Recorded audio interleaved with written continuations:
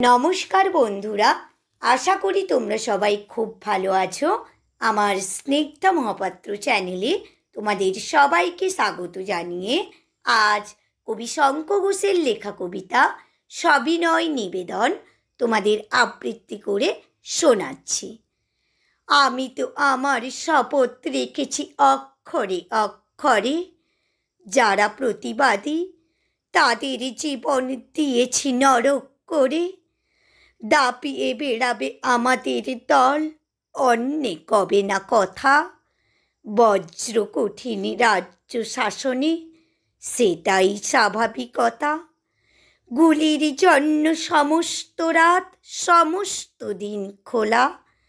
বজ্র কঠিন রাজ্যে এটাই শান্তি শৃঙ্খলা। যে মরে মরুক অথবা জীবন কেটে যাক শোক করে, আমি আজ জয়ী, সবার জীবন দিয়েছি নরক করে।